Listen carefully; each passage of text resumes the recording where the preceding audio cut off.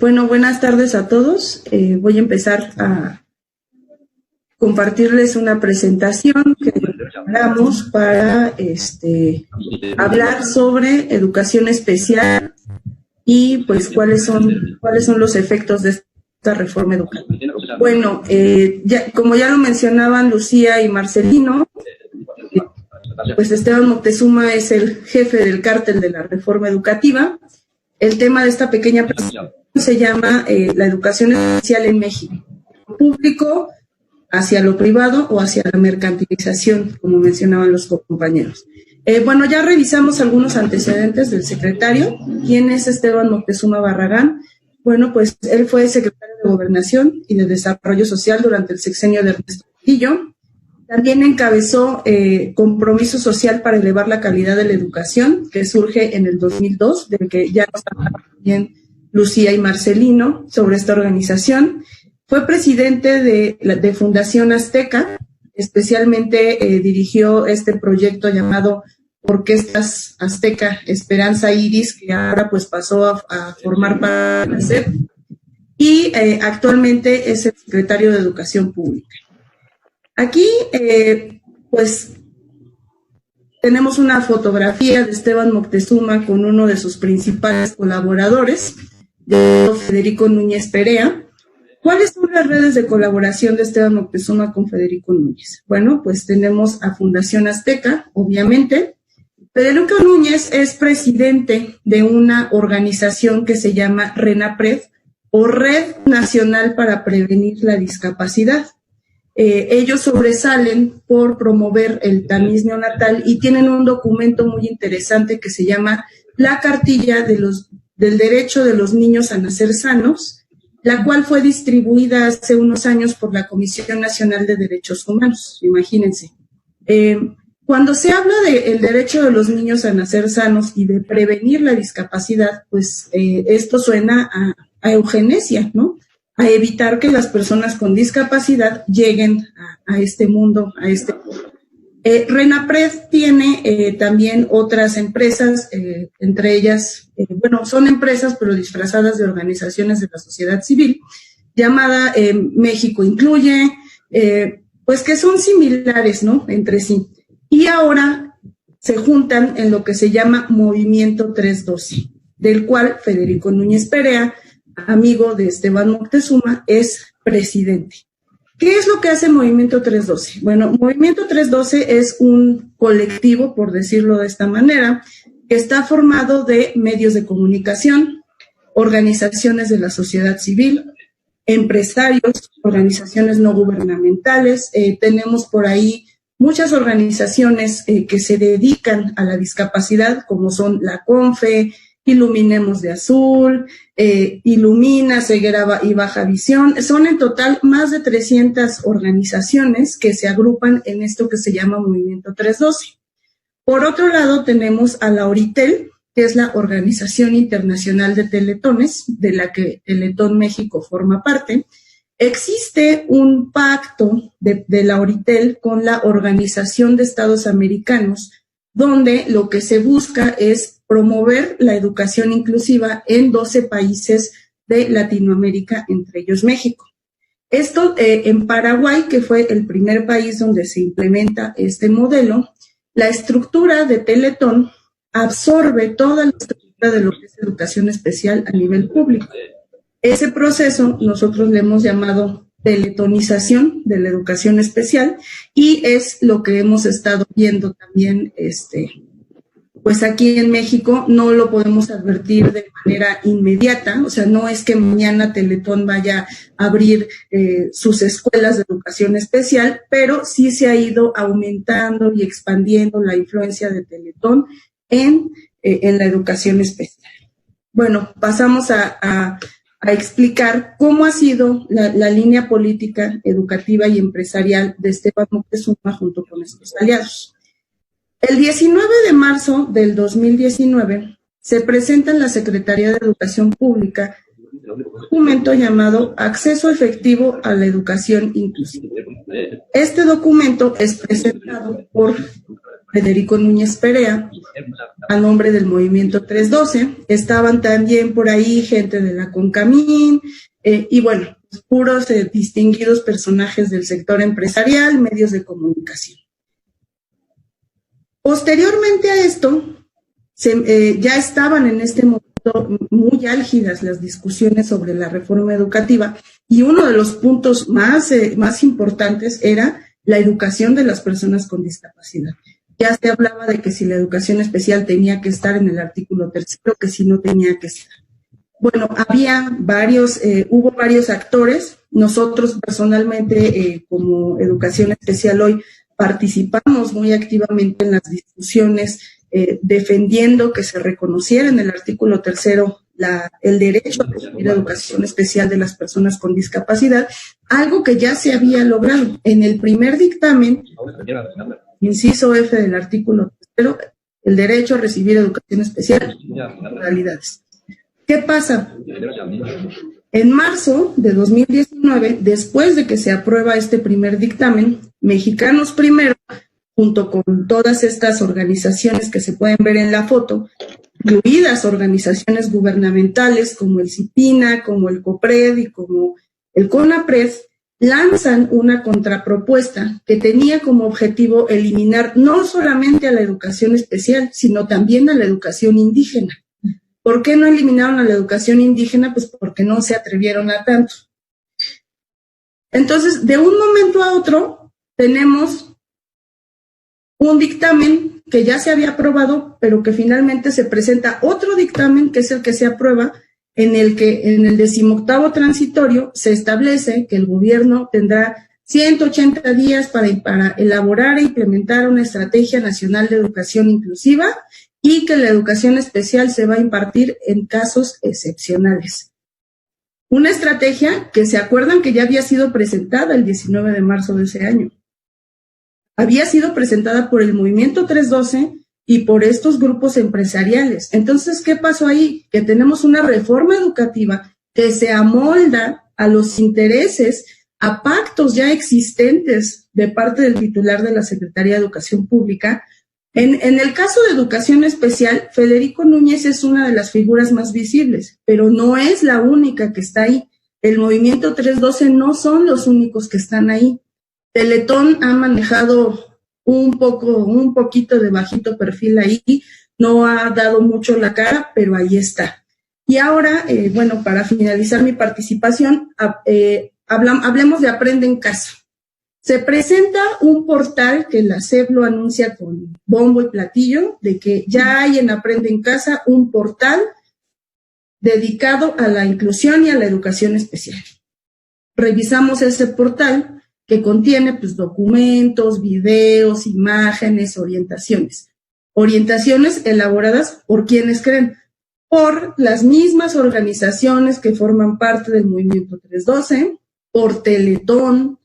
Incluso hay documentos de otros países que dices, bueno, ¿y esto qué tiene que ver con la educación en nuestro país? Entonces, ¿esto qué nos demuestra? Que estas personas están dentro de la Secretaría de Educación Pública tomando todas las decisiones respecto a la educación de personas con discapacidad, y que son las mismas que han pugnado por la eliminación de la educación especial a nivel público.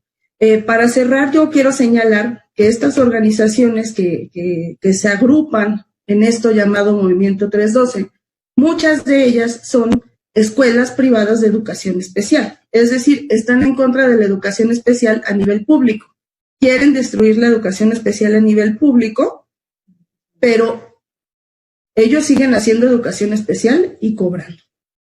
Bueno, vamos a continuar con Víctor, que nos va a explicar a esta otra parte, ¿no?, de esta presentación. Adelante, Víctor. Gracias, muy buenas tardes para todos y todas. Es un gusto estar aquí. Bájenle un poquito por ahí al audio, por favor, porque se hace un poco de eco. Y pues bueno, queremos vincular esta noción del cártel de la reforma y su profundización como proyecto neoliberal con el tema de que nosotros hemos denominado la teletonización de la educación especial.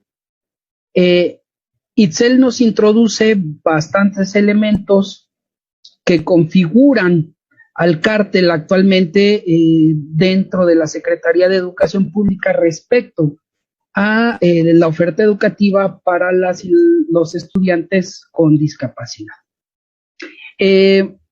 Nosotros en este proceso de teletonización de la educación categorizamos de dos maneras la ruta para la contracción y el debilitamiento de la oferta pública en materia o en torno a las personas con discapacidad. Tenemos el acuerdo secretarial 140718 emitido por la Secretaría de Educación Pública hace casi ya 2 años, por el que se desaparece la licenciatura en Educación Especial por área de formación y se implanta en el mercado la licenciatura en Inclusión Educativa. ¿Qué es lo que pasa con esta licenciatura en Inclusión Educativa?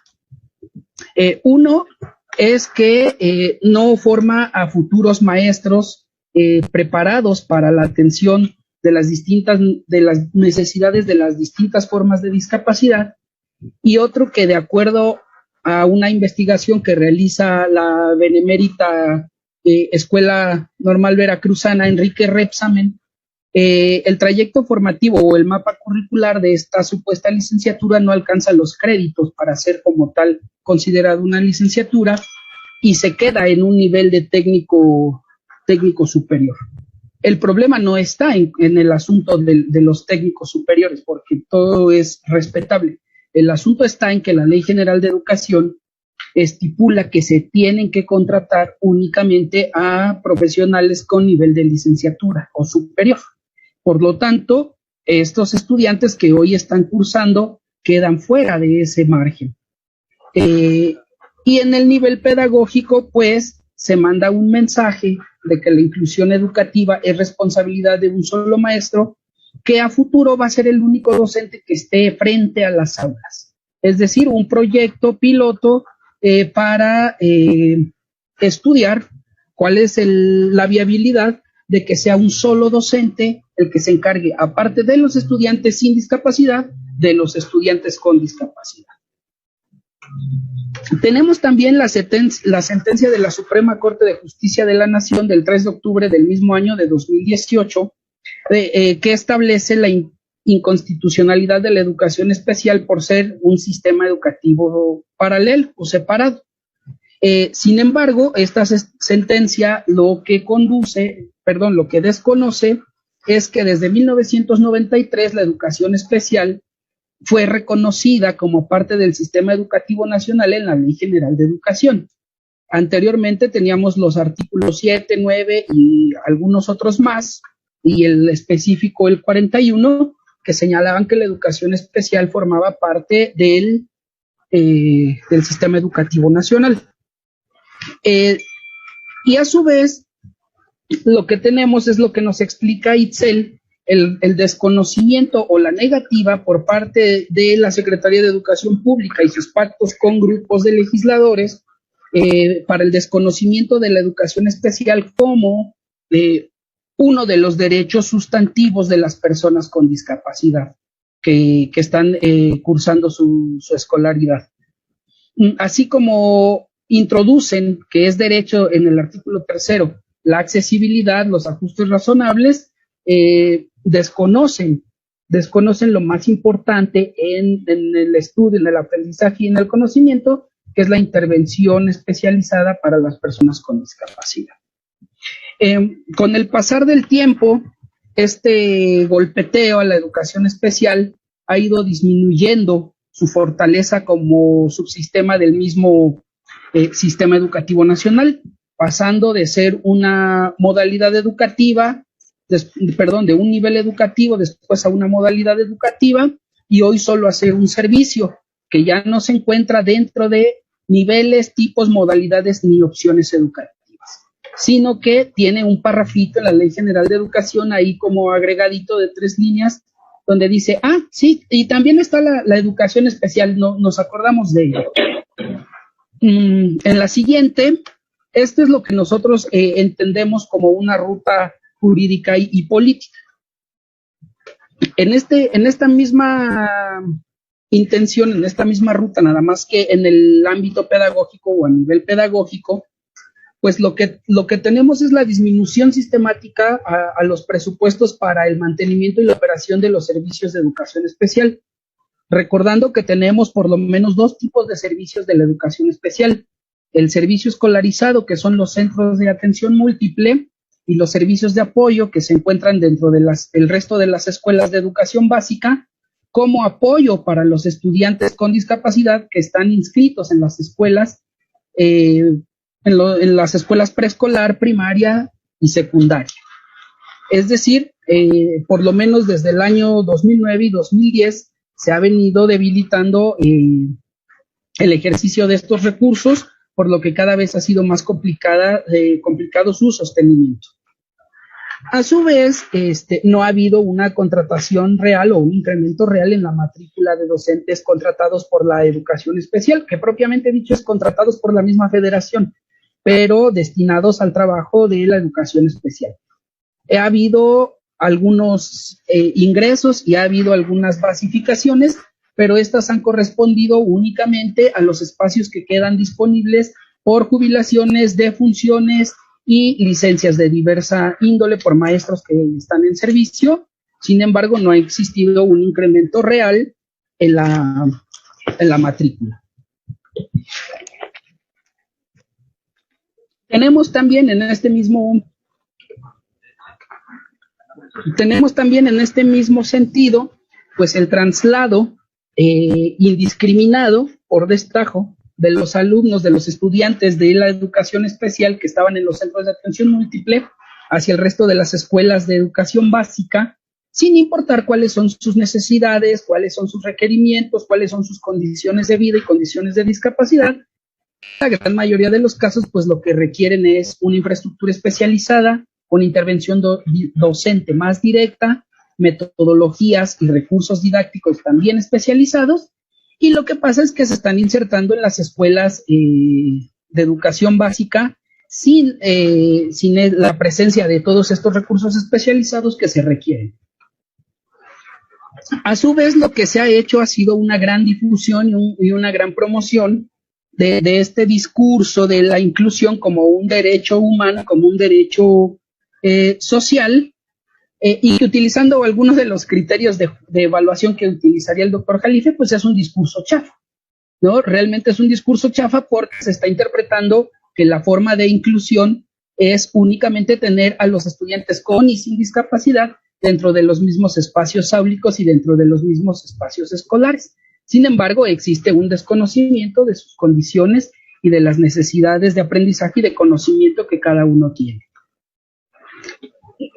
Se trabaja también respecto a este discurso del que debemos de zafarnos con toda claridad y con toda prontitud, de que lo que se requiere en el sistema educativo nacional es capacitación para los docentes, porque si nos seguimos quedando en esta lógica, los docentes frente a grupo no solo estaremos o no solo estarán ocupados de la enseñanza del currículum, sino también del trabajo emocional, de la intervención especializada para los niños y las niñas con discapacidad, para la intervención pertinente cultural, social y lingüísticamente hablando de las personas de territorios y de poblaciones indígenas, y lo mismo de las poblaciones silentes, ¿no? Es decir, de los niños y de las niñas sordas.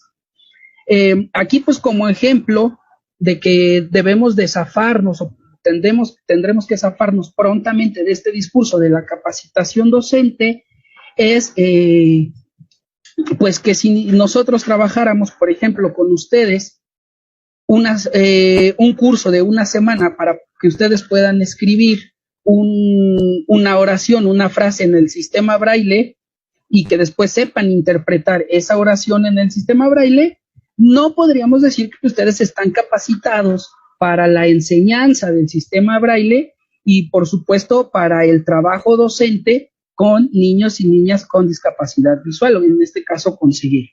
Y el mismo ejemplo puede aplicar si les enseñáramos, por ejemplo, a decir hola, ¿cómo estás? Hasta mañana, buenas noches, adiós, en lengua de señas. Eso son las cosas que se trabajan en los cursos express de capacitación, pero que sin embargo no no profesionalizan al docente y además es imposible hacerlo para que pueda dar respuesta educativa y escolar a la amplia diversidad de los estudiantes que tienen su aula. Y también hago mención de la situación de los CAED, de los Centros de Atención a Estudiantes con Discapacidad, que es la única oferta, la única opción educativa especializada que encuentran las personas con discapacidad para el nivel medio superior. Este programa de CAED es mantenido a través de un fideicomiso operado también por ustedes, ¿quién creen? Por integrantes del Movimiento 3.2 y en específico por la Fundación Gilberto Rincón Gallardo, presidida por Liris Rincón Gallardo, que es una de las presidentes rotativas del Movimiento 312 a la par de Federico Núñez Perea, que a su vez trabajan en colaboración con Esteban Moctezuma Barragán.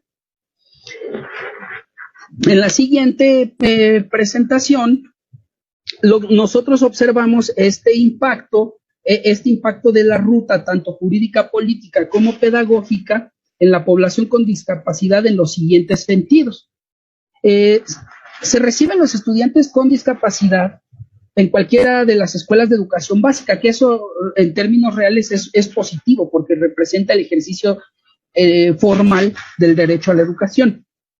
Sin embargo, las escuelas no cuentan con los recursos específicos y especializados para darle una respuesta, una atención educativa y escolar pertinente a las personas con discapacidad, bajo esta misma idea del discurso chafa de la inclusión, que dice que es un solo docente el que se tiene que encargar de toda la labor. Con esto lo que se generan son las condiciones necesarias para que las familias saquen a sus hijos e hijas de la escuela pública al no recibir las respuestas que realmente necesitan y que las lleven a escuelas de bajo costo, escuelas particulares de bajo costo que en términos reales desarrollen actividades y trabajo de educación especial. Si a esto le sumamos que por lo menos existirá 1 millón de personas con discapacidad con un apoyo gubernamental, que en términos reales el apoyo gubernamental es positivo, creo yo, pues corremos el riesgo de que existan más escuelas particulares de educación especial que cobren 1,000 pesos o 900 pesos al mes para que los niños y las niñas con discapacidad que así lo requieren reciban una atención más o menos adecuada. Algo que en su tiempo ha hecho la oferta pública y que a lo largo del mismo tiempo o a través del mismo tiempo pues se ha ido debilitando. En este sentido, lo que hemos estado observando es que la iniciativa privada o el cártel de la reforma educativa es quien está tomando todas las decisiones en general y en específico respecto a la educación especial, pues también es el que está tomando todas las decisiones. La duda es, ¿existirán algunos intereses ocultos o algunos intereses de trasfondo? Probablemente la respuesta sea sí, porque como ya nos platicaba Itzel, el golpeteo y el combate hacia la educación especial ha sido solo a nivel público. Sin embargo, a la par de que se cancela la licenciatura en educación especial en las normales y en las universidades o en las instituciones formadoras de docentes a nivel nacional, pues surgen muchas universidades particulares que empiezan a ofertar la licenciatura en educación especial y la maestría en educación especial. En definitiva, no podemos hablar de un Estado garante de derechos humanos cuando orilla a su población a que deserte de la oferta pública por no encontrar opciones y soluciones y respuestas adecuadas y que se tengan que cobijar o que tengan que acudir a los servicios particulares por los que se tengan que pagar. Esto pues es un contrasentido total porque desde el mismo artículo 3 constitucional está establecido que la educación tendrá un carácter o adoptará el enfoque de los derechos humanos. ¿Y qué significa el enfoque de los derechos humanos? Que sea el Estado y sus instituciones quienes garanticen el ejercicio de los derechos humanos. Algo de lo que observamos que no está sucediendo hoy, que no se desprende únicamente de la Cuarta Transformación o del 2018, pero sí que se está profundizando a raíz de la entrada de Esteban Moctezuma y la confabulación que tiene con grupos empresariales como la CONCAMIN y como el Movimiento 312, como el Teletón México, que a su vez forma parte de la Organización Internacional de Teletones, ¿no? Son los puntos para reflexionar en torno a la profundización del proyecto neoliberal, y cerraría diciendo que la Secretaría de Educación Pública, junto con los grupos legisladores con los que ha pactado, aprueban reformas educativas sin consultar a las poblaciones con discapacidad, cuando desde la misma Convención sobre los Derechos de las Personas con Discapacidad se establece que para cada toma de decisiones que se vaya a hacer en torno a la vida de las personas con discapacidad, se tiene que desarrollar. Cierren, por favor, el micrófono. Cierren el micrófono de los que lo tengan abierto, ya mero termina. Ya voy a terminar, solo permítanme tantito. Gracias. Y en la convención se establece la obligatoriedad de los estados parte de los estados que ratifican la convención, la consulta previa, libre e informada a las poblaciones con discapacidad. Situación y condición que no se ha presentado ni para el artículo 3 constitucional, ni para la Ley General de Educación, ni para la armonización legislativa en las distintas entidades federales. Con eso cerraría y agradezco el espacio de participación. Pues yo quiero agregar solamente un par de puntos muy rápidamente. Solo quiero agregar que como evidencia de la continuidad que ha tenido esta reforma educativa, de que no hay una diferencia entre la reforma de Peña Nieto y esta nueva reforma, tenemos el acuerdo secretarial 1407-2018, que es donde se elimina la licenciatura en educación especial. Este plan de estudios de la licenciatura en inclusión fue elaborado por Mexicanos Primero. Mexicanos Primero tiene por ahí un documento que se llama Ahora es cuando, donde se establecen las metas educativas hasta el 2024, y ahí se establece la reforma y el cambio de planes de estudio de las escuelas normales, y también se establece la obligatoriedad de la educación inicial. Es decir, que la educación inicial haya sido reconocida como parte de la educación básica es algo que formaba parte del plan de los grupos empresariales. Y también, ya como último punto, quiero hablar de manera un poco más detallada de la sentencia de la Suprema Corte de Justicia de la Nación del 3 de octubre de 2018, donde se declara a la educación especial como excluyente, discriminatoria, anticonstitucional, y se ordena que las personas con discapacidad pues deben de ser trasladadas a las escuelas regulares, porque no deben de existir dos sistemas educativos, uno ordinario y otro especial. Esta sentencia es resultado de dos amparos que inician, dos procesos legales que inician dos organizaciones que pertenecen ¿a dónde? Al Movimiento 312. Una de ellas es Iluminemos de Azul. Entonces, ¿qué nos indica todo esto? Que todos estos pasos que se han dado para eliminar y desconocer a la educación especial han sido dados por las mismas personas que forman parte de este mismo cártel y que se presentan en diferentes organizaciones, grupos, asociaciones, sociedad civil o como se llame, pero que firmemente forman parte de lo mismo y tienen como objetivo eliminar a la educación especial a nivel público. Eso sería todo. Muchas gracias.